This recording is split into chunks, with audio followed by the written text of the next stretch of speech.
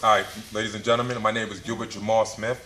Most of y'all may know me from the Ultimate Fighter Season 17, Chael Sonnen vs. Jon Jones, or y'all may know me from the local fight scene and see me fight. I got some stuff in my heart that I just have to let go, and I'm going to be straight up brutally honest. About a month ago, I fought Donnie Lyles, who I think is one of the top fighters in the state, and I beat him. Now, this fight was a tough fight against a tough veteran. I was expecting, off of a good victory, to have the world open up to me. I was expecting promoters to be knocking on my door, sponsors to be calling me, and fighters to be chopping at the bit to fight me.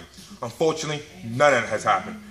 Actually, on the flip side, people have been turning on fights, and promoters have been kind of like turning a blind eye to me.